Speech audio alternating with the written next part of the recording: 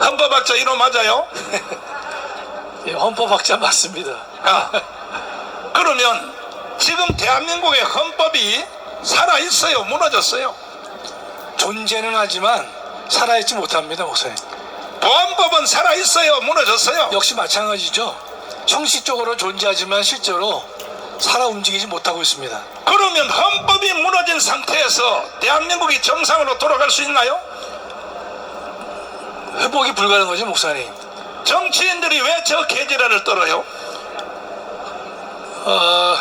자신의 명예와 출세를 위해서 네. 양심을 버리고 네. 나라를 생각하지 않고 국민을 생각하지 않고 자신의 이익만을 추구하기 때문에 이렇게 이러한 일이 벌어지는 것 같습니다. 이번에 일어난 4월 10일 총선은 나는 대국민 사기라고 생각하는데 어떻게 생각하세요? 네, 저 역시 동일한 생각을 하는 것이요. 저희가 선거 전에 리얼미터에서 6%의 지지가 있다라고 보도가 됐거든요.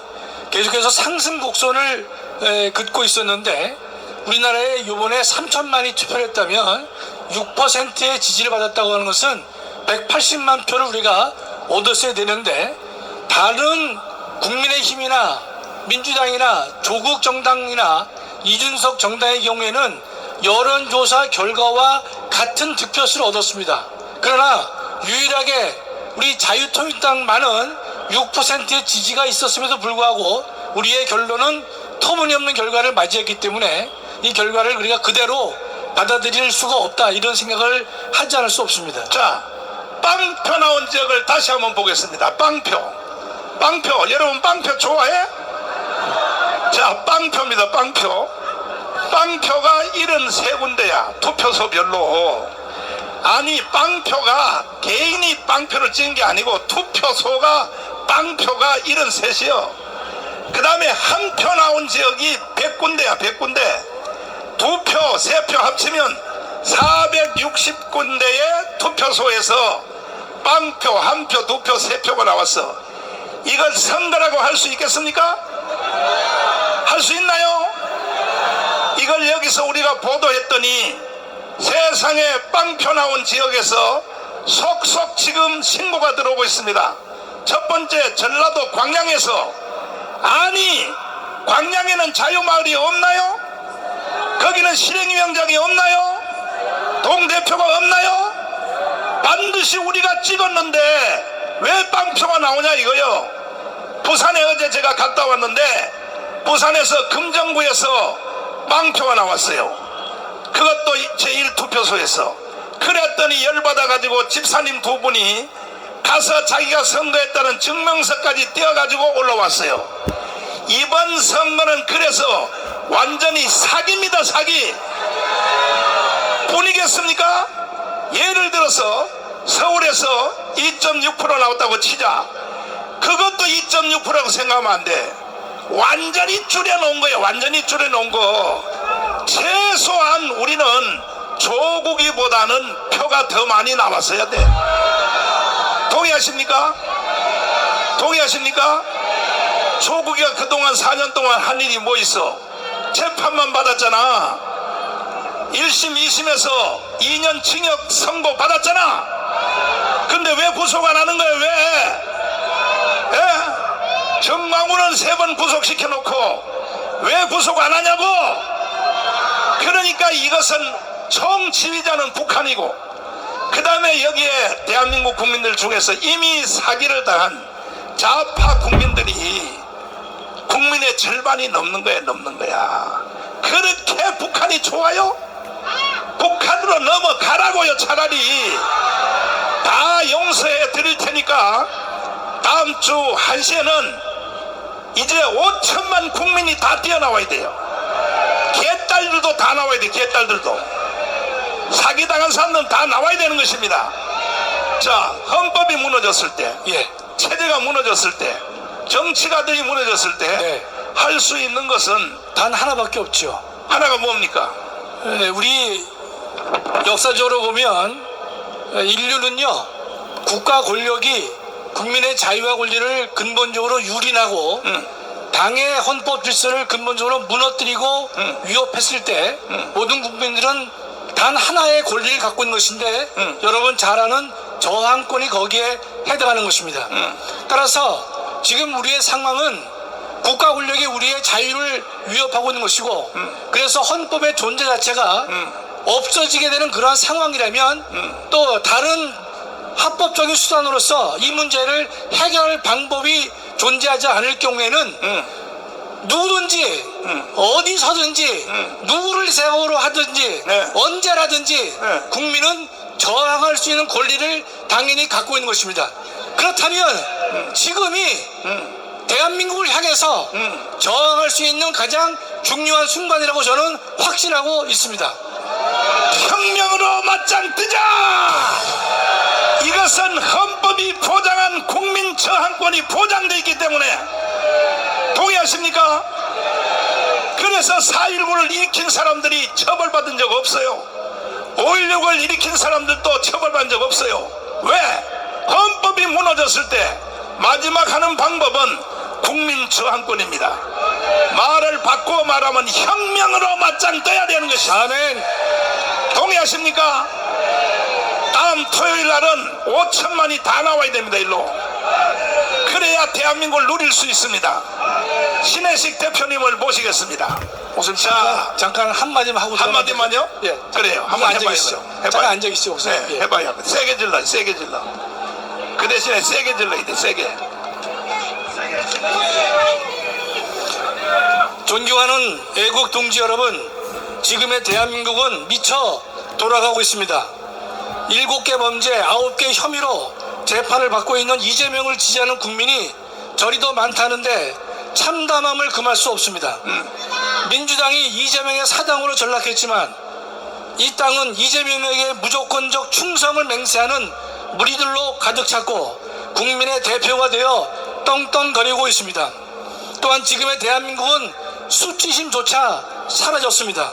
법인카드를 개인적으로 사용해도 대학 교수가 서류를 위조해 입시 부정을 저질러도 불법 대출로 강남의 고가 아파트를 구입해도 턱도 없는 성 관련 궤변을 해도 저들은 부끄러움을 모릅니다.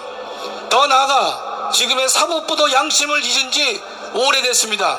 이재명을 구속하지 못한 판사 한 명 때문에 법적 정의는 사라졌고 나라 전체가 두동강 나버렸습니다.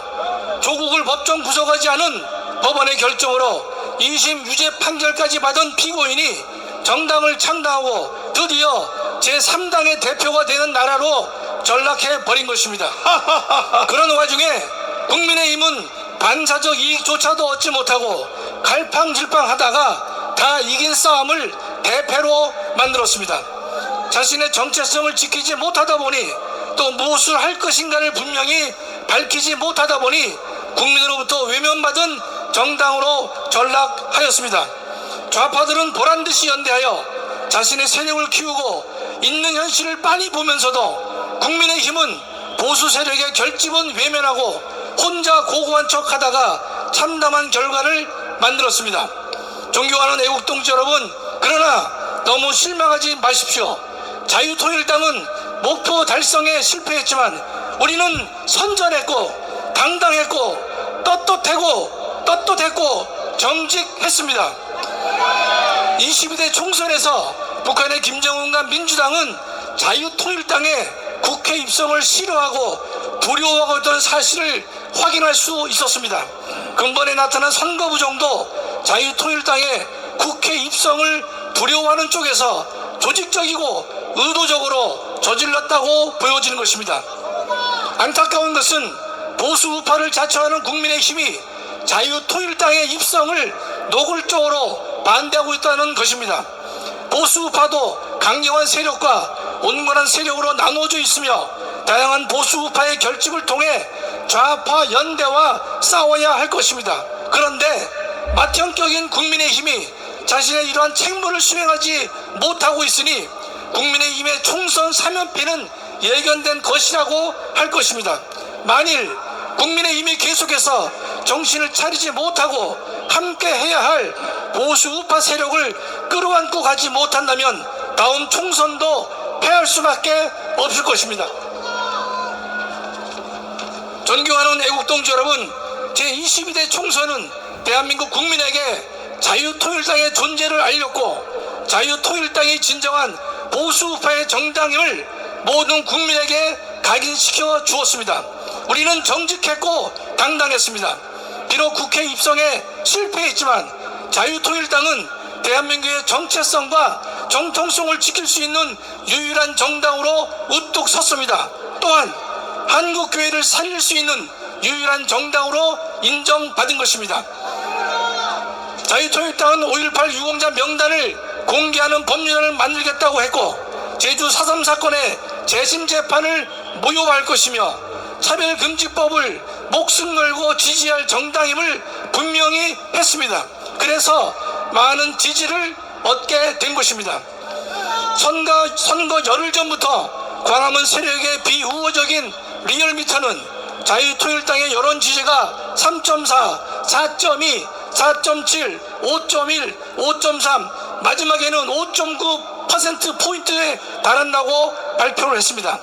꾸준한 상승세를 감안하면 10%도 충분히 달성될 것으로 보는 것이 상식인데 자유통일당은 2.26%에 그쳤습니다. 우리는 이러한 선거 결과를 액면 그대로 받아들이기 매우 어렵습니다.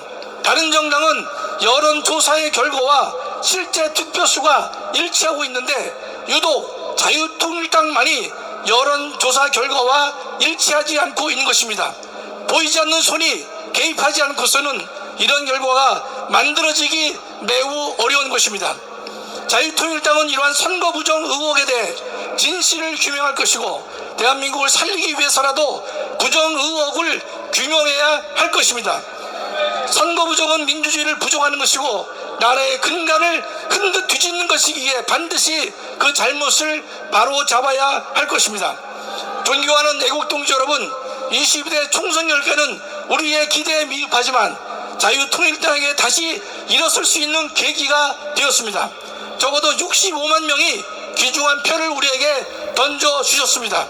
65만 표는 자유통일당이 정직했고 선명했고 당당했기 때문에 주어진 국민의 신뢰라고 저는 생각한 것입니다. 우리에게는 아직 12척의 배가 남아있습니다. 하나님께서 세워주신 광화문 총사령관이신 전광훈 목사님이 계시기 때문입니다. 또한 피와 눈물과 기도와 헌신과 희생으로 문재인 정권을 5년 만에 무너뜨리고 윤석열 대통령을 만든 애국 동지들이 함께하고 계시기 때문인 것입니다. 그러나 반드시 우리 자신을 돌아보아야 할 대목도 있습니다.